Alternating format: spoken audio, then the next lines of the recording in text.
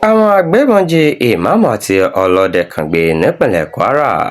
Àwọn afurasí agbébọn kan ni wọ́n ti jí ìmáàmù agbègbè Babańlá, ọlọ́dẹ kan àti ọmọ rẹ̀ Fawaz gbé ní ojú ọ̀nà Òkè-Odò Babańlá níjọba ìbílẹ̀ Ìfẹ́lódò nípínlẹ̀ Kwara.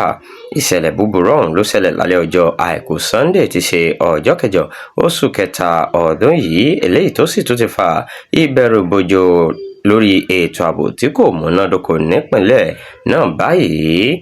Ẹnìkan tó bá àwọn oníròyìn sọ̀rọ̀ ṣàlàyé pé àwọn mẹ́ta tí wọ́n jí gbé ọ̀hún ni wọ́n rìnrìn àjò lọ sí Babańlá láti Òkè-Odò kó tó di pé àwọn agbébọn jí wọn gbé.